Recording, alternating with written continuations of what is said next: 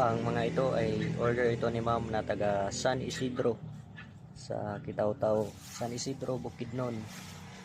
Papadeliver ko. Ito ay panlagay po sa kanyang tindahan. Ito panlagay sa kanyang tindahan na grapa.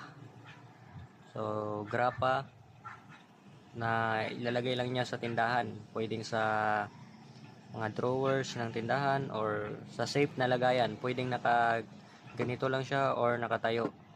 So sa matagalan na kung matagal na ito sa kanya na nakaganito lang yung pagkalagay, ang magiging kulay nitong langis o oil na nasa loob nito ay magiging kulay green.